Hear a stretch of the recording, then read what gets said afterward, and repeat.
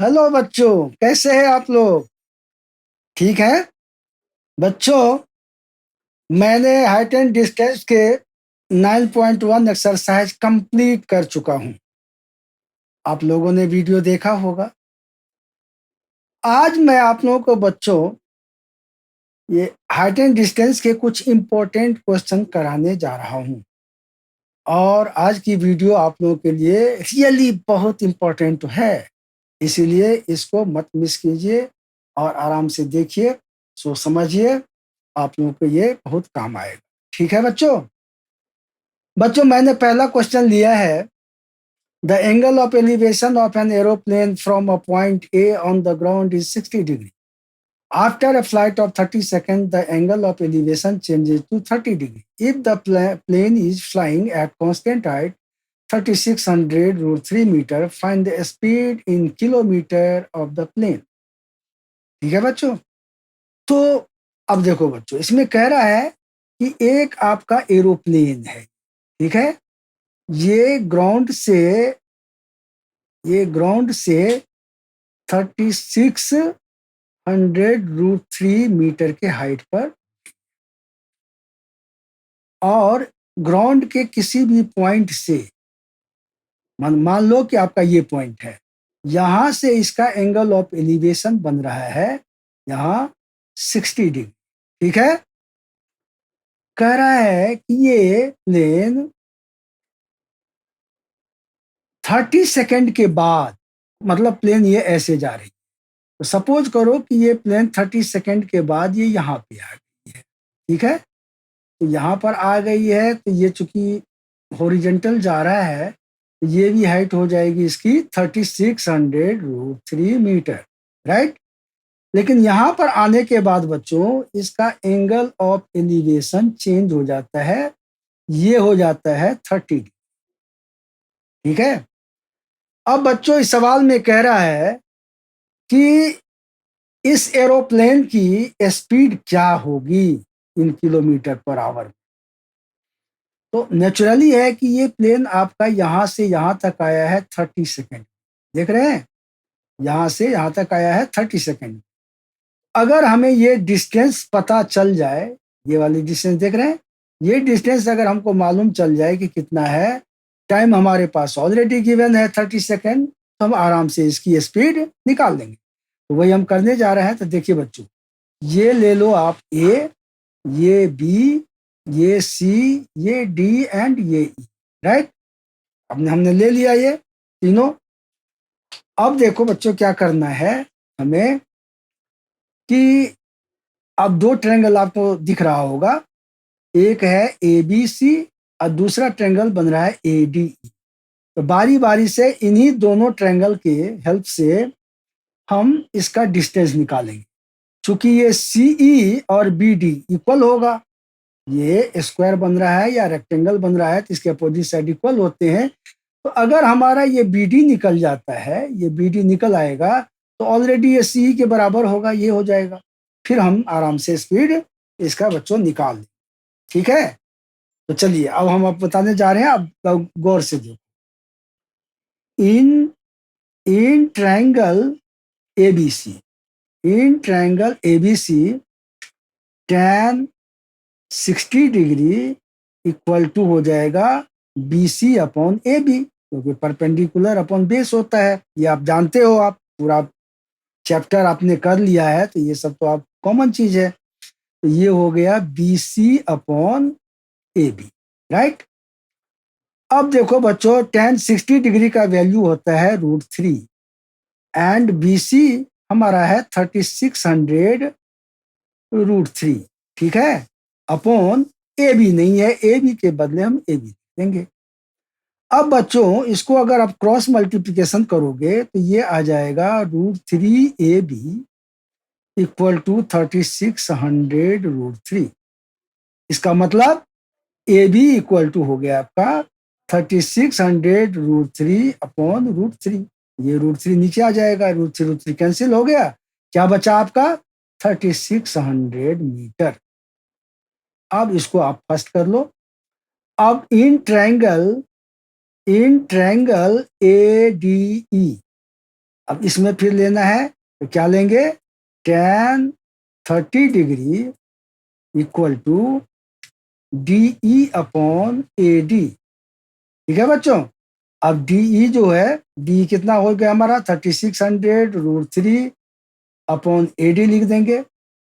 अब tan 30 होता है बच्चों आपका 1/√3, तो ये कर लेंगे आप, ये हो जाएगा 3600√3 अपॉन AD। अब क्रॉस मल्टीप्लिकेशन करेंगे बच्चों तो क्या हो जाएगा, AD इक्वल टू आ जाएगा आपका 3600√3 इंटू √3, मतलब आपका ये आ गया 3600 इंटू 3। अब इसको आप मल्टीप्लाई करोगे, ये आ जाएगा 3 3 ये 10,800 मीटर, ये आपका हुआ सेकेंड। देख रहे हैं बच्चों, आराम से निकल गया। अब ऑब्वियसली इस AD में से AB को माइनस कर देंगे तो हमारा ये BD निकल जाएगा ऑलरेडी। तो देखो अब हम क्या करते हैं, अब हम ये करेंगे, लिखेंगे, इसको लिखेंगे बच्चों, इसको इस तरह से हम लिखेंगे, इसको इस तरह से लिखेंगे कि BD equal to AD minus AB। ठीक है बच्चों। अब AD हो गया हमारा 10800 माइनस 3600। ठीक है, नीचे गया 2 7200, ये आ गया बच्चों आपका 7200 मीटर। ठीक है। अब हो गया, BD निकल गया, तो BD इक्वल टू C होगा, तो हमारा डिस्टेंस निकल गया, C बराबर 7200 मीटर। अब हम स्पीड निकालते हैं। स्पीड इक्वल टू होता है डिस्टेंस अपॉन टाइम। डिस्टेंस हम ले लेंगे यही 7200 और टाइम हमारा है 30 सेकेंड। ठीक है। अब बच्चों क्या करेंगे, इसको काटोगे, ये 0 0 कट गया, 3 से इसको काटोगे, 3 2 जा 6, 3 4 जा 12, ये आ गया 240 मीटर पर सेकेंड।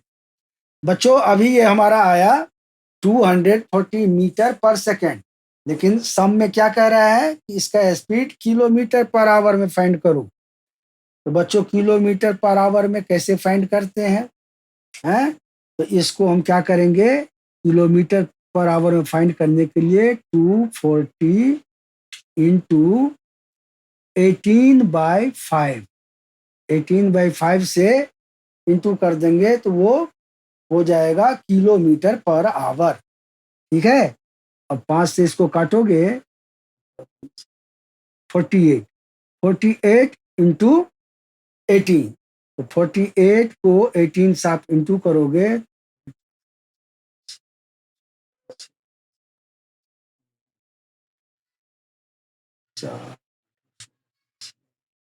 ये बच्चों आ गया आपका 864 किलोमीटर पर आवर। तो देखा बच्चों, कोई बहुत ये नहीं है, लेकिन देखो बच्चों, अब इसमें आपको ये फिगर बहुत इंपॉर्टेंट होता है, तो फिगर को आपको ठीक से समझना है, इसी तरह से ड्रॉ करना है।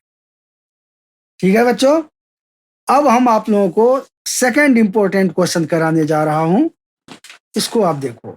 सेकंड इंपॉर्टेंट क्वेश्चन कराने जा रहा हूं बच्चों, ये है, ये भी बहुत इंपॉर्टेंट क्वेश्चन है बच्चों। ये बोर्ड में भी कई बार आए हुए हैं और पेपर में, स्कूल के पेपर में भी ये आते रहते हैं। इसमें कह रहा है कि man standing on the deck of ship 10 metre above water level observe the angle of elevation of the top of hill is as 60 degree and angle of depression the bottom of the hill is 30 degree. Find the distance of the hill from the ship and height of the hill. ठीक है बच्चों। तो आप देख रहे हैं, ये भी सवाल बहुत इंपॉर्टेंट है, कई बार आए हुए भी हैं। तो इसका पहले हम आपको डायग्राम समझा रहा हूं। अब डायग्राम समझो ये कैसे बनेगा। ये कह रहा है कि man standing on the deck of ship. तो देखो बच्चों, ये जो है आपका हिल है, इसे हिल बना दोगे और ये हिल है। अब ये है आपका लेक है या मान वाटर लेवल है। ठीक है। अब कह रहा है कि इस एक शिप यहाँ पर है, ऐसे मान लो ऐसे है। अब यहाँ पर आप खड़े हैं, एक लड़का, ये शिप का ये डेक कहलाता है बच्चों, ये डेक। ये वाटर लेवल से ये 10 मीटर अबव, ठीक है। अब कह रहा है कि यहां से इसके टॉप का ये जो है, ये कह रहा observe the angle of elevation top of hill 60, यहां से जो है ये इसका 60 डिग्री का एंगल बन रहा है, ये है 60 डिग्री। और यहीं से इसके बेस का बॉटम का जो है ये एंगल ऑफ डिप्रेशन ये बन रहा है आपको 30 डिग्री, ये 30 डिग्री है। तो बच्चों ये 10 मीटर है तो ये भी 10 मीटर होगा, तो अपोजिट साइड इक्वल होते हैं, ये भी 10 मीटर हुआ, है ना। तो हमको निकालना है इस डेक से इसके बॉटम से कितनी डिस्टेंस है और यह हिल की हाइट कितनी है। तो अब इसको बच्चों देखो हम कैसे करते हैं, ये 10 मीटर है तो इसको ले लेते हैं A B C D E, ठीक है बच्चों, ये हमने ले लिया। अब देखो बच्चों इसको कैसे करना है, तो सबसे पहले हम लेंगे in triangle A B C, क्या लेंगे, ए बी सी। अब ए बी सी में बच्चों ये देखो ये 30 डिग्री है तो ये भी ऑलरेडी 30 डिग्री होगा अल्टरनेट इंटीरियर एंगल से। tan 30 डिग्री इक्वल टू हो गया आपका A B by B C, ठीक है बच्चों। हमने लिया in triangle A B C, देख रहे हैं ये ए बी सी नीचे वाला, इसमें tan 30 equal to A B by B C. tan 30 होता है 1/√3, ए बी है हमारा 10 मीटर अपॉन बी सी नहीं है तो बी सी को बी सी लिख देंगे। क्रॉस मल्टीप्लिकेशन करोगे बच्चों ऐसे तो ये आ जाएगा B C equal to 10√3 metre, ठीक है बच्चों। ये इसको बी सी हमारा निकल गया। अगर बी सी 10√3 मीटर है तो हमारा क्या होगा, ए डी भी हो जाएगा 10√3 मीटर, क्योंकि ये एक रेक्टेंगल बन रहा है और रेक्टेंगल के अपोजिट साइड इक्वल होते हैं, तो इसीलिए बी सी हमारा निकला अगर 10√3 मीटर तो ए डी भी हमारा ऑलरेडी 10√3 मीटर होगा। अब लेते हैं in triangle A D E, देखो बच्चों ये वाली लेनी है ए डी ई। इसमें हम क्या लेंगे, tan 60 डिग्री इक्वल टू हो जाएगा D E upon A D. अब डी हमारा कितना है, डी नहीं है तो डी को डी ले लेंगे और ए डी हमारा अभी अभी निकला है 10√3 मीटर। ये 10√3 मीटर आप यहाँ पर पुट कर दोगे। अब 60 डिग्री होता है √3, ये हो गया डी ई अपॉन 10√3। अब इसको फिर क्रॉस मल्टीप्लिकेशन करोगे बच्चों तो ये आ जाएगा आपका D E equal to 10√3 into √3, ये आ जाएगा आपको 10 इंटू 3, क्योंकि √3 इंटू √3 3 होता है, 10 3 जा 30 मीटर, ठीक है बच्चों। तो क्या देखा आपने कि हमने डी निकाल लिया। अब जब डी निकल गया तो हाइट ऑफ हिल हमारा क्या हो जाएगा, हाइट ऑफ हिल हो गया हमारा C E, C E equal to C D plus D E. और सी डी तो आप ऑलरेडी देख रहे हो कि 10 मीटर है और ऊपर डी ई हमने ये निकाल लिया है, तो ये हो गया आपका 10 + 30 मतलब 40 मीटर आंसर, ठीक है बच्चों। साथ में इसका कह रहा है कि find the distance of the hill, the distance of the हिल हमारा ये बी सी ही है, तो बी सी तो 10√3 मीटर है, ये हो गया डिस्टेंस आपका क्या हो गया, डिस्टेंस हो गया आपका 10√3 मीटर। इस तरह से बड़े आसानी से ये भी थोड़ा सा समझने की बात है। आप वीडियो को पॉज करके क्वेश्चन को ठीक से पढ़ लीजिए और इसी क्वेश्चन को पढ़ के फिगर को समझिए और उसके बाद इसका सॉल्यूशन, ये आपको बहुत हेल्प। ये भी क्वेश्चन बहुत इंपॉर्टेंट है बच्चों बोर्ड के लिए, बोर्ड में अक्सर ये कई बार आए हुए हैं और आते रहते हैं अक्सर, इसीलिए ये क्वेश्चन आप लोगों को जानना बहुत ही जरूरी है। आप इसका प्रैक्टिस जरूर करोगे, ठीक है, ठीक है बच्चों।